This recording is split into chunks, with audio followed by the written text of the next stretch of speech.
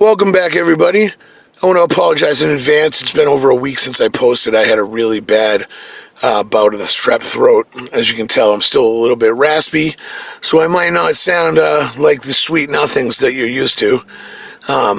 But again, we're here with a story tonight about Lizzie Borden and the Borden murders coming out of Fall River, Massachusetts. Massachusetts is my home state, and I've been at the Borden house multiple times, standing in both rooms which the murders took place in. At the end of the story, I will give my own opinion on what I think happened. But other than that, we're going to jump right into the facts. And as always, I hope you enjoy the story.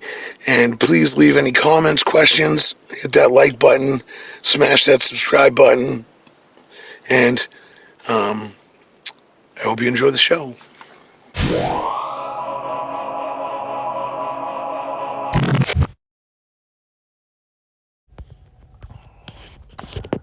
The morning of August 4th, 1892, began like any other in the quiet town of Fall River, Mass. But by the end of that day, the Borden household would become the scene of one of the most brutal and puzzling murders in American history. 2 lives were taken with shocking violence, and a young woman named Lizzie Borden would forever be etched into infamy. The tale of Lizzie Borden is one shrouded in mystery and contradiction, a story of family secrets, hidden motives, and a trial that captivated a nation. More than a century later, the question still lingers. Did Lizzie Borden really take an axe? The Borden family was prominent but frugal. Andrew Borden, the patriarch, was wealthy, self-made businessman known for his stern demeanor and miserly habits. His wife, Abby Borden, was his second spouse. The tensions between her and Andrew's daughters, Emma and Lizzie, was no secret. The household was quiet, traditional, and, to outsiders, unremarkable. But beneath the surface, resentment brewed. Lizzie and Emma were particularly bitter over their stepmother's influence on their father and, of course, the inheritance they feared they might lose. It's always about money. Rumors of conflict over property and finances circulated, yet no one could have predicted the violence that was about to unfold. It was a stiflingly hot day, just like any other. Abby Borden began her chores while Andrew went about his business as usual. The Borden maid, Bridget Sullivan, was cleaning windows despite feeling ill. Lizzie claimed that she was in a barn looking for fishing sinkers. Around 9:30 a.m., Abby was attacked in the guest bedroom, struck 19 times with a hatchet. Her skull was crushed. The brutality suggested intense rage, but there were no signs of a struggle. Whoever killed Abby knew her well enough to catch her off guard. An hour and a half later, Andrew Borden returned home. Tired, he laid down on the sitting room sofa. What happened next would shock the nation.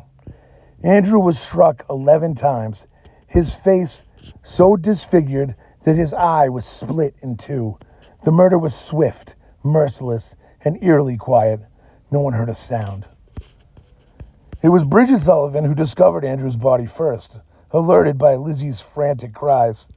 "Father's dead. Somebody came in and killed him," she screamed. But where was Abby? It wasn't until a neighbor went upstairs that the full horror was revealed. Abby's body lay face down in a pool of blood, cold, stiff, suggesting she died first. Within hours, police flooded the house, yet for all their searching, they found no bloody clothing, no murder weapon, and no clear evidence. The only clues were the inconsistencies in Lizzie's story.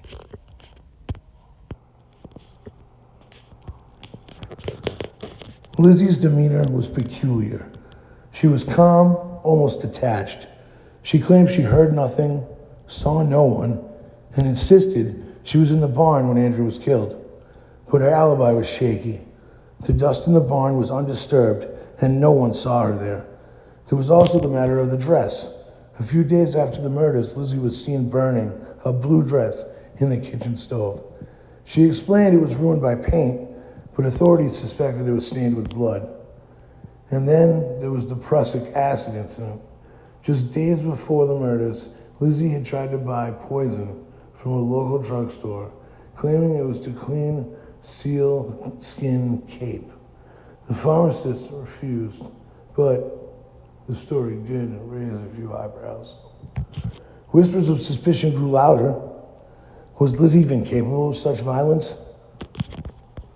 The police were under pressure to find answers, yet their investigation was flawed from the start. They didn't secure the crime scene, allowing friends and neighbors to come and go, potentially tampering with evidence. I mean, that's crazy to think that they wouldn't have sealed off the crime scene. They're just letting people mingle about, you know? Despite the lack of physical proof, suspicion fell squarely on Lizzie. She was the only one with motive, means, and opportunity. So on August 11th, 1892, Lizzie Borden was arrested and charged with the murder of her father and stepmother. The news spread like wildfire.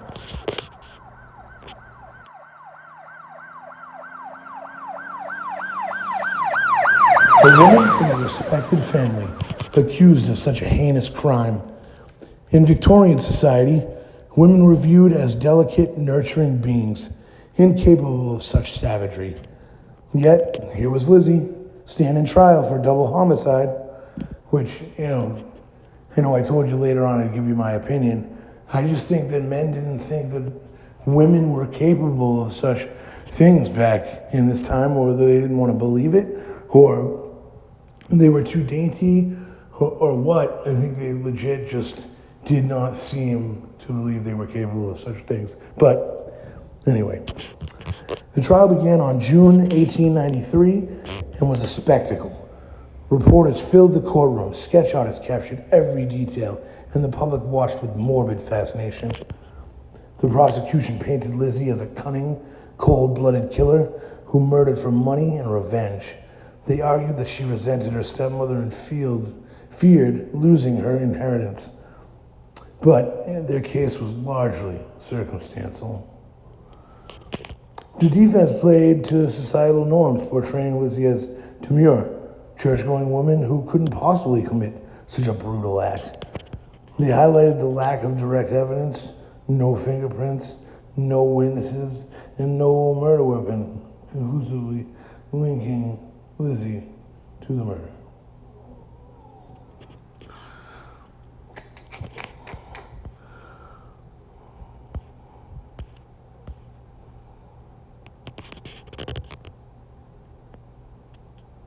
Well,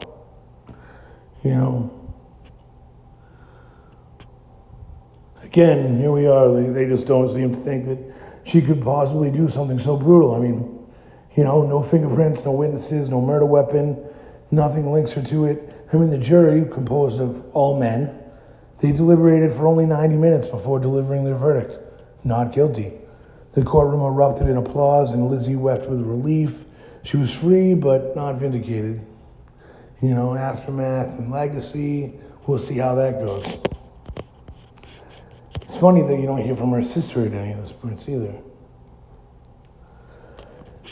So after the trial, Lizzie lived the rest of her life in Fall River, shunned by society.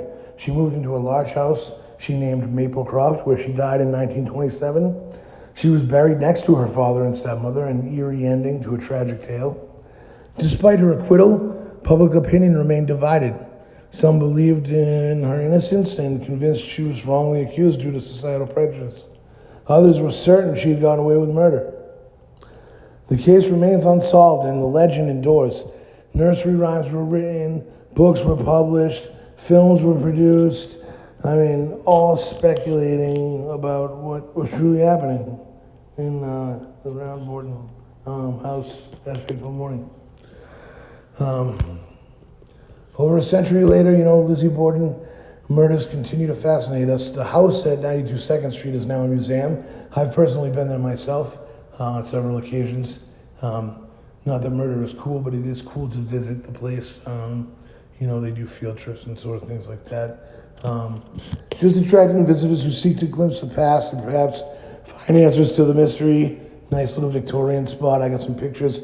One of the pictures you'll see is her actual house. But the truth is elusive. Was Lizzie a cold-blooded murderer or an innocent woman caught in a web of suspicion and scandal? The evidence is long gone, the witnesses silenced by time, and the secrets buried with Lizzie herself. The story of Lizzie Borden endures not just because of its brutality, but because it reflects our deepest brutality, our deepest curiosities, human nature, guilt, justice. As long as those questions linger, the legend of Lizzie Borden will live on. The age-old song. This actually made up a song. Lizzie Borden took an axe, gave her stepmom 13 whacks. Or did she? I guess we'll never know.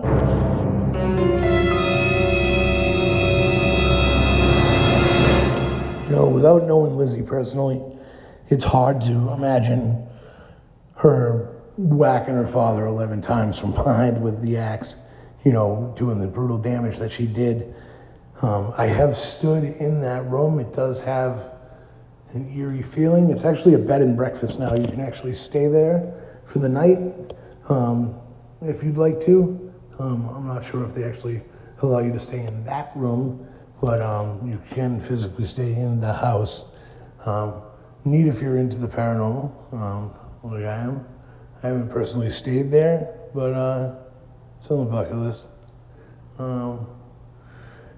She's just, and again, like I said, with my original opinion, they did not even believe a daughter or a female or a woman was capable of doing those things. And you don't hear much about her sister. Did they do it together? Did they plan it together? I feel like there's got to be some more to this story that we're not finding out. But, as you know, some mysteries will just always remain mysteries. This is one of those. No one will ever truly know what happened on that fateful day in Fall River, Massachusetts. Fall River will forever be shrouded in the mystery of the Borden murders. Especially in such a prominent, beautiful neighborhood, many people still find it extremely hard to believe that such an audacious and absolutely horrifying crime could have been committed, let alone by Lizzie Borden or perhaps her sister. Other than the business dealings of Mr. Borden, there really were few other suspects other than Lizzie, her sister, and perhaps the maid. Extremely little to go on. The police were left basically without any answers. Fall River police officers, as well as private investigators, and even today, web sleuths have looked into this crime with no success of actually being able to pinpoint whether or not Lizzie Borden was actually guilty of this crime. There are a few additional suspects. I will on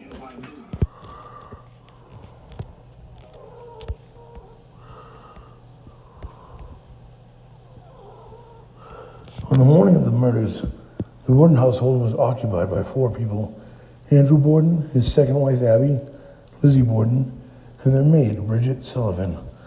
Lizzie's older sister Emma was away visiting friends. Andrew Borden, a wealthy but frugal businessman, had made enemies due to his harsh financial dealings. His family life was also strained with tensions between his daughter and their stepmother. At approximately 9:30 a.m., Abby Borden was attacked in the guest bedroom, struck 19 times with a hatchet-like weapon. Around 90 minutes later, Andrew Borden was murdered in the sitting room while resting on a couch. He suffered 11 blows, one which split his eye in half. Despite the brutality, there were no signs of forced entry or robbery, leading investigators to believe the crime was committed by someone within the household. As he quickly became suspicious because the primary suspect, due to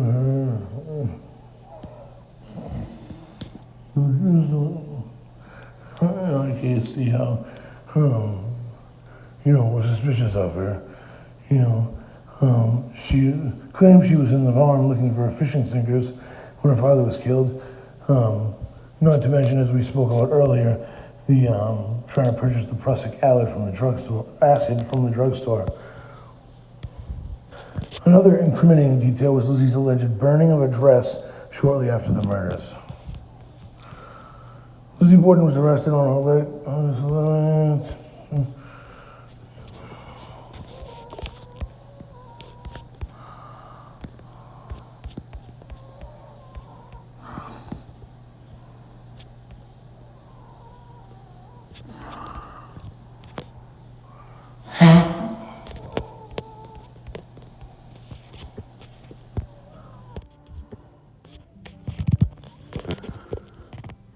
The only other suspects were Bridget Sullivan, Abby Borden, an unknown intruder, or perhaps William Borden.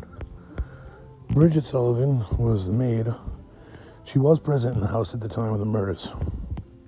She had reportedly been ordered to clean the windows in the sweltering heat and was known to be unhappy in her position. Some theories suggest she may have snapped under the pressure. However, there was just no evidence linking her to the crime, and she showed no signs of having committed such a brutal act. Abby Borden was away visiting friends at the time of the murders, but some conspiracy theories suggest she could have had a role in planning them.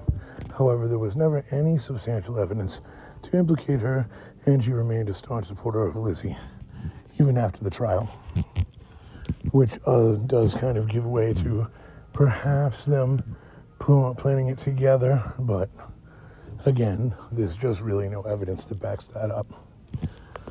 The possibility of an unknown intruder.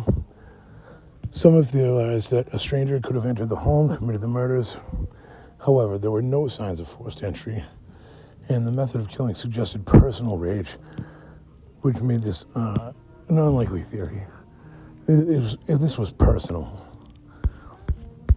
William Borden, who is the illegitimate son, it's also unproven that he is the illegitimate son. This is from later accounts suggesting that he may have, harbored resentment over not receiving any inheritance. However, this theory is not widely accepted. There's just really no historical evidence to back it up whatsoever.